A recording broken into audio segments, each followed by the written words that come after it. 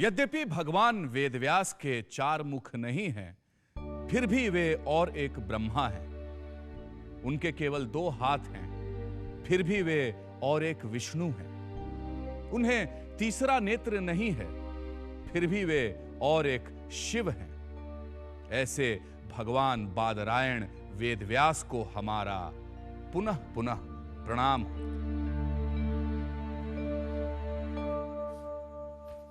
अपरा, आंखें खोलो, देखो तुम्हारा बेटा आया है।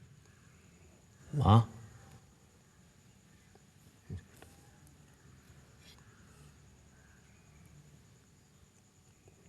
लो माँ, गंगा जल लो।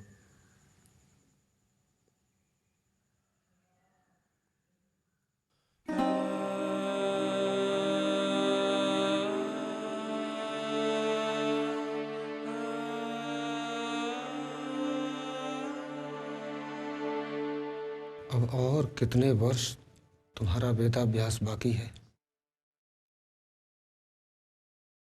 मैं कुछ कह नहीं सकता पिता, शायद कुछ वर्ष और लगे।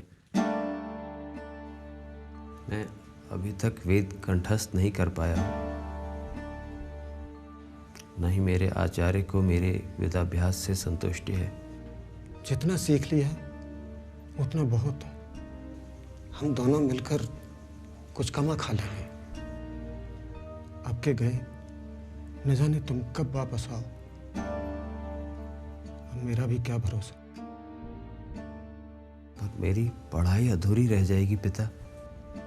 जीवन बचा रहा तो शायद तुम पढ़ भी लो। आगे तुम्हारी मर्जी।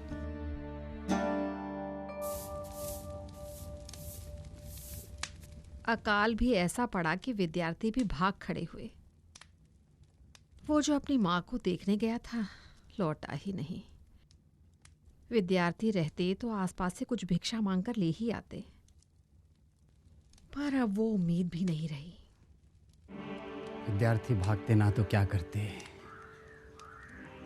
जहाँ खाने के लिए दाना ना हो, वहाँ पढ़ाई कौन करता है। 13 वर्षों से मेघ नहीं बरसे हैं।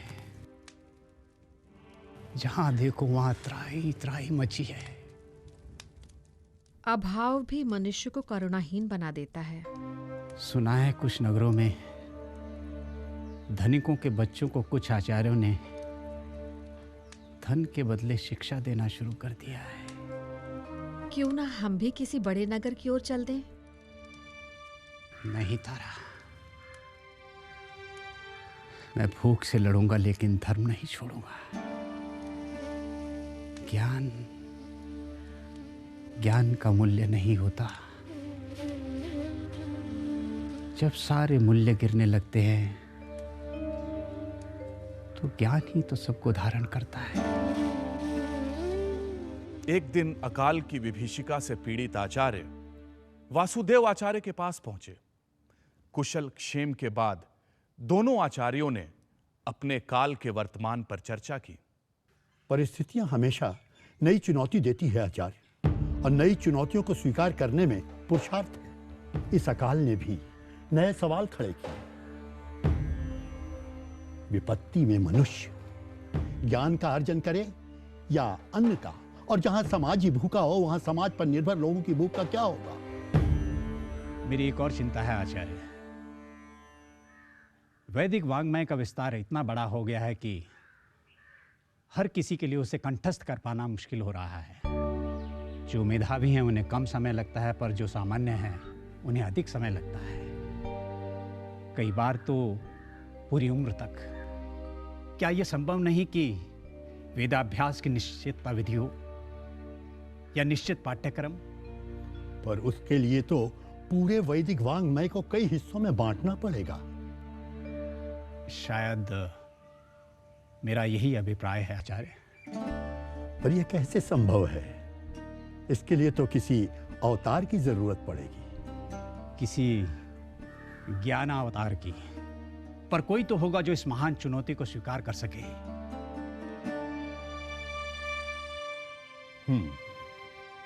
मेरा एक शिष्य है ऐसा, जो वैदिक वांग्मय को जीता है। क्या नाम है उसका? कृष्ण, ऋषि पराशर का पुत्र कृष्ण।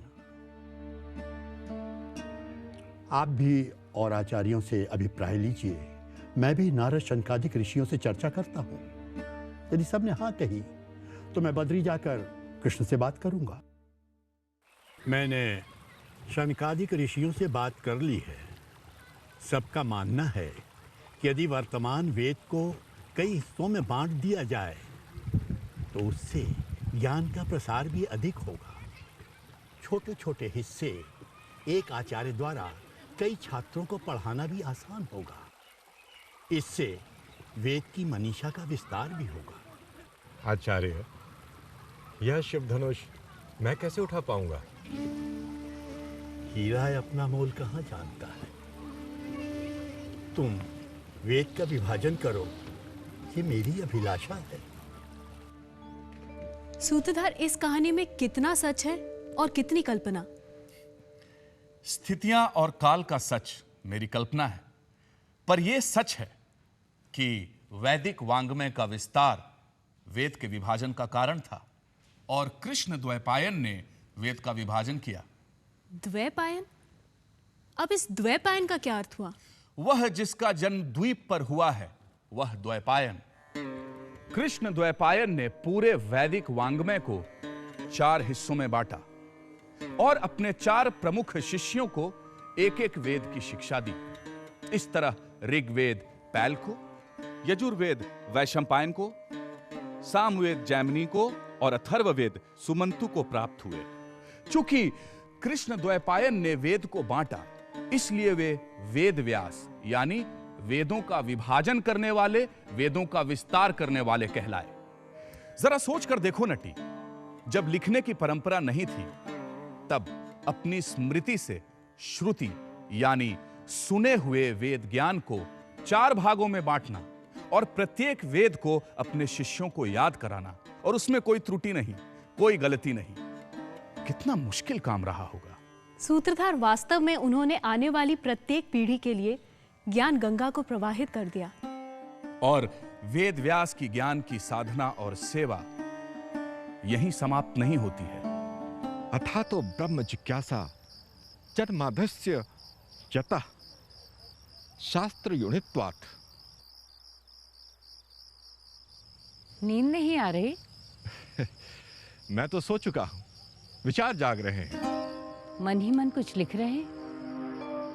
अरुणी, उपनिषदों में ऊपर ऊपर से दिखाई देने वाले विरोधाभासों से विद्यार्थी अक्सर उलझ जाते हैं। इसलिए मैं कोशिश कर रहा हूं कि सारे उपनिषदों का सार सूत्रों में इस प्रकार गोथूं कि उनका समन्वय हो और वे बिल्कुल स्पष्ट हो। ब्रह्मसूत्र, हाँ, ब्रह्मसूत्र, यही नाम ठीक रहेगा। अरुणी, जैसे ही कोई शिष्य जागे उसे मेरे पास भेज देना। हाथ से मैं उन्हें ब्रह्मसूत्र का पाठ पढ़ाऊंगा। पहले वेद का विभाजन कर 4 वेदों को प्रतिष्ठित किया, फिर ब्रह्म सूत्रों की रचना। क्या कोई क्षण ऐसा था जब वेद व्यास अक्षर की उपासना नहीं कर रहे हो? तुम ही देख लो।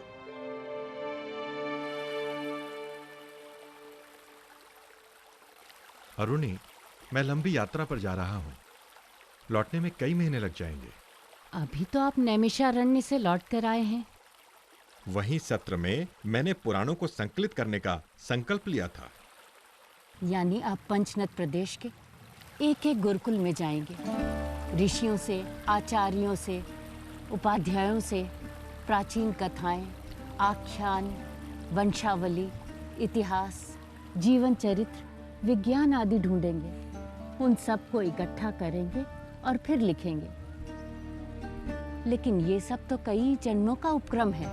मैं जानता हूं, पर मैं यह संकल्प इसी जन्म में पूरा करना चाहता हूं। क्या ये जिम्मेदारी कोई और ऋषि नहीं ले सकता? मैं किसी की प्रतीक्षा नहीं कर सकता। अरुणी, ऋषि लाख प्रयत्न कर रहे हैं, पर वेदों का चिंतन समाज तक नहीं पहुंच पा रहा है। वो बुद्धिजीवियों तक सिमट कर रह गया है। अरुणी, मनुष्य जब यह जान लेगा कि वही देवता है, वही ईश्वर है, वही ब्रह्म है, वही जगत है, तो वो शायद जो अपने अलावा और कुछ नहीं देख पा रहा है वो सब में स्वयं को ही देखेगा। इसलिए मैं वेदों का चिंतन, वेदों का ज्ञान, आत्मविज्ञान, कथा, कहानी, आख्यानों, काव्यों, इतिहास के जरिए, पुराणों के जरिए सब तक ले जाना चाहता हूं। मैं चाहता हूं कि जो सच को बुद्धि से पाना चाहे वह बुद्धि से पाए, जो कर्म से पाना चाहे वो कर्म से पाए, और जो भक्ति से पाना चाहे वो भक्ति से, पर वह सच पाए। इसी में हम सबकी मुक्ति है, निर्वाण है। ये प्रयत्न आपको थका देगा। अरुणी, यही तो मेरा रस है। निरंतर ज्ञान की सेवा में ही मेरा आनंद है। अपने चित्त की वृत्तियों को तो मैं रोक सकता हूं, पर ज्ञान की पिपासा का क्या करूं? ज्ञान की सेवा, समाज की सेवा से मुंह कैसे मोड़ूं? किसी को साथ ले जाएंगे या अकेले ही? और वेद व्यास ने विविध विषयों से पूर्ण 18 पुराणों की रचना की और उतने ही उप पुराणों की रचना की। विष्णु पुराण, नारदीय पुराण, गरुड़ पुराण, पद्म पुराण, वराह पुराण, ब्रह्म पुराण, ब्रह्मांड पुराण, वैवर्त पुराण, मार्कंडेय पुराण, लिंग पुराण, शिव पुराण, स्कंद पुराण, अग्नि पुराण और श्रीमद् भागवत पुराण वेद व्यास की ही देन है। और ज्ञान की गंगा का प्रवाह इतने पर ही न रुका।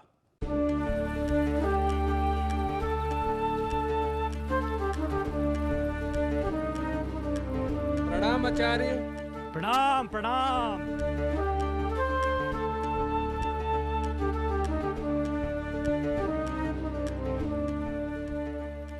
बादरायण,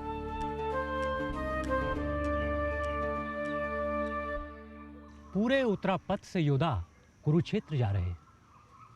मैं जानता हूं देवर्षि नारद। क्या अब भी यह युद्ध रोका नहीं जा सकता? दुर्योधन को समझाना कठिन है देवर्षि। क्या आप हस्तिनापुर जा रहे हैं? युद्ध के बाद जो बचे रहेंगे उन्हें ढाढ़स बनाने के लिए आपकी और मेरी जरूरत पड़ेगी। कुरुक्षेत्र में होने वाले महासंहार का मूक और असहाय दर्शक बनना हमारी नियति है देवर्षि। और कुरुक्षेत्र के महाविनाश को देख बादरायण व्यास वापस अपने आश्रम लौटे।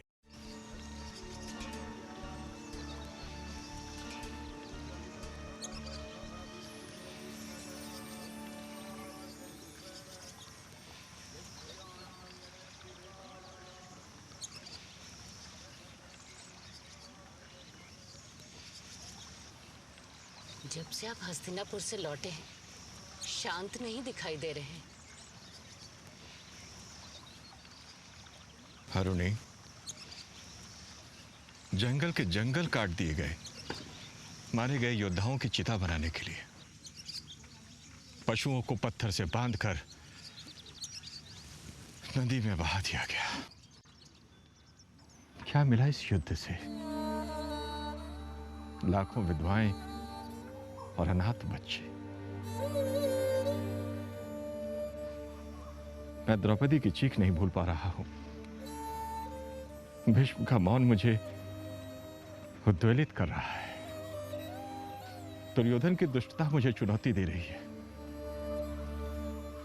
वासुदेव कृष्ण का गीत मुझे बार बार कह रहा है कि व्यास, हमारा वर्तमान क्यों नहीं समझ रहा है कि धर्म का पालन करो, उसी से तुम्हें अर्थ, काम और मोक्ष की प्राप्ति होगी। अरुणी, मुझे लगता है जब तक मैं अपने काल की इस दारुण इतिहास को लिख नहीं लेता, मैं शांत नहीं होगा। मैं लिखूंगा। मैं भारतवंश की महागाथा लिखूंगा। कहते हैं उस महाकाव्य महाभारत का विस्तार इतना बड़ा था कि उसे वेद व्यास ने कहा और गणपति ने लिखा। 1,00,000 श्लोकों वाला यह महाकाव्य विश्व का सबसे बड़ा महाकाव्य है। पर गणपति तो गणपति ठहरे। लिखने से पहले उन्होंने व्यास से शर्त रखी कि यदि तुम बोलना बंद कर दोगे तो मैं लिखना बंद कर दूंगा। इस पर व्यास ने शर्त रखी कि आप एक भी शब्द उसे समझे बिना नहीं लिखेंगे। इसलिए जब भी व्यास को विश्राम की जरूरत पड़ती, वे कुछ अटपटी पर गहन बात कहे गणपति को उलझा देते थे। नटी, शायद इस कथा में शब्द और भाव, साधक और साध्य का संबंध छिपा है। लिखो पर बिना समझे नहीं। रसिकों, अवतार आसमान से नहीं टपकते। दिव्यता जब आकार लेती है और किसी न किसी रूप में अपने को अभिव्यक्त करती है, तब वह अवतार कहलाती है। वेद व्यास ज्ञानावतार कहे जाते हैं। उन्होंने वेदों और उपनिषदों का संकलन, ब्रह्म सूत्रों की रचना, महाभारत में ही भगवत गीता की रचना, पुराणों और उपपुराणों व अन्यान्य ग्रंथों की रचना कर सनातन धर्म के ज्ञान कोश पर अपनी अमिट छाप छोड़ी है। महर्षि व्यास ने ज्ञान की निरंतर सेवा की है और वैदिक विज्ञान को आने वाली पीढ़ियों के लिए सुरक्षित किया है। हम महर्षि व्यास के हमेशा ऋणी रहेंगे। इसलिए जिन चिरंजीवियों को हमेशा याद किया जाता है, उसमें कृष्ण द्वैपायन वेद व्यास भी एक है। सूत्रधार, तुमने बताया कि वेद व्यास ईश्वर के ज्ञान अवतार है, पर ईश्वर तो सर्वव्यापी है, इसलिए वह निराकार भी है। तो जो निराकार है वह कोई आकार कैसे ले सकता है? नटी, वास्तव में अरूप ही रूप धारण कर सकता है। देखो, सृष्टि के पहले ये प्रकृति, ये जीव सभी निराकार थे, पर वे साकार रूप में अभिव्यक्त हुए। तो सर्वशक्तिमान ईश्वर आकार क्यों नहीं ले सकता? इसलिए यह कहना कि सर्वशक्तिमान ईश्वर कोई रूप धारण नहीं कर सकता, यह उस सर्वव्यापी सर्वशक्तिमान को सीमित करना है। अजन्मा होने के बावजूद भी अपनी माया को वश में कर जन्म लेता हुआ सा दिखता है। सूत्रधार, अवतार कब अवतरित होते हैं? नटी, जब जब धर्म का क्षय और अधर्म का आधिपत्य बढ़ता है, तब तब ईश्वर अवतार लेते हैं। सूत्रधार, यदि वेद व्यास ज्ञान अवतार हैं, तो क्या अवतार के और भी रूप होते हैं? हाँ नटी, समष्टि की इच्छा के अनुसार ईश्वर विभिन्न अवतार धारण करते हैं। जैसे नित्य अवतार, यानी ज्ञानियों और महात्माओं के रूप में हर समय इस विश्व में ईश्वर अवतरित रहते हैं। अंशावतार, यानी कि अपनी शक्ति के आंशिक रूप में भी ईश्वर प्रकट होता है, जिसका उद्देश्य सिर्फ एक कार्य की पूर्ति तक ही सीमित होता है। जैसे कि ज्ञानावतार में वेद व्यास, मत्स्यावतार में मछली, वराहावतार में वराह और वामनावतार में बौने का रूप ईश्वर ने धारण किया था। अवेशावतार, यानी जब कोई भक्त संकट में हो तो ईश्वर अचानक प्रकट हो जाते हैं, जैसे कि नृसिंहावतार में प्रहलाद के लिए ईश्वर प्रकट हुए।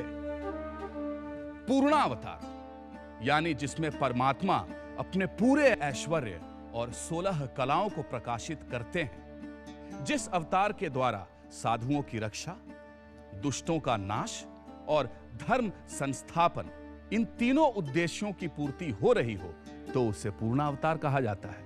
जैसे भगवान श्री कृष्ण को पूर्णावतार कहा जाता है। पर नटी, एक बात ध्यान रहे कि परमात्मा तो हमेशा ही पूर्ण है, पर वह समय के अनुरूप उपयुक्त साधन द्वारा अपनी शक्ति प्रकट करता है। यदा यदा हि धर्मस्य ग्लानिर्भवति भारत, अभ्युत्थानमधर्मस्य तदात्मानं सृजाम्यहम्। परित्राणाय साधूनां विनाशाय च दुष्कृतां, धर्म संस्थापनार्थाय संभवामि युगे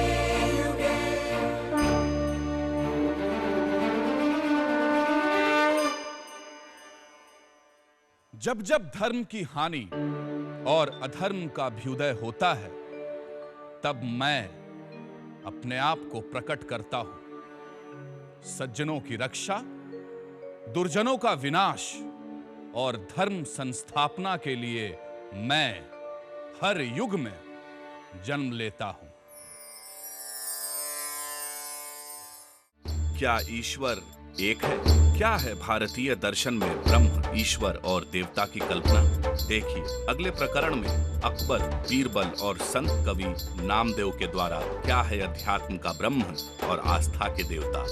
यस्य प्रसादात् भवमङ्गलार्था प्रसूत गङ्गोपनिषत् विशुद्धा समर्पयामो गुरुचिन्मयाय भूयात् प्रसन्नः स शिवस्वरूपः भूयात् प्रसन्नः स शिवस्वरूपः भूयात् प्रसन्नः स शिवस्वरूपः।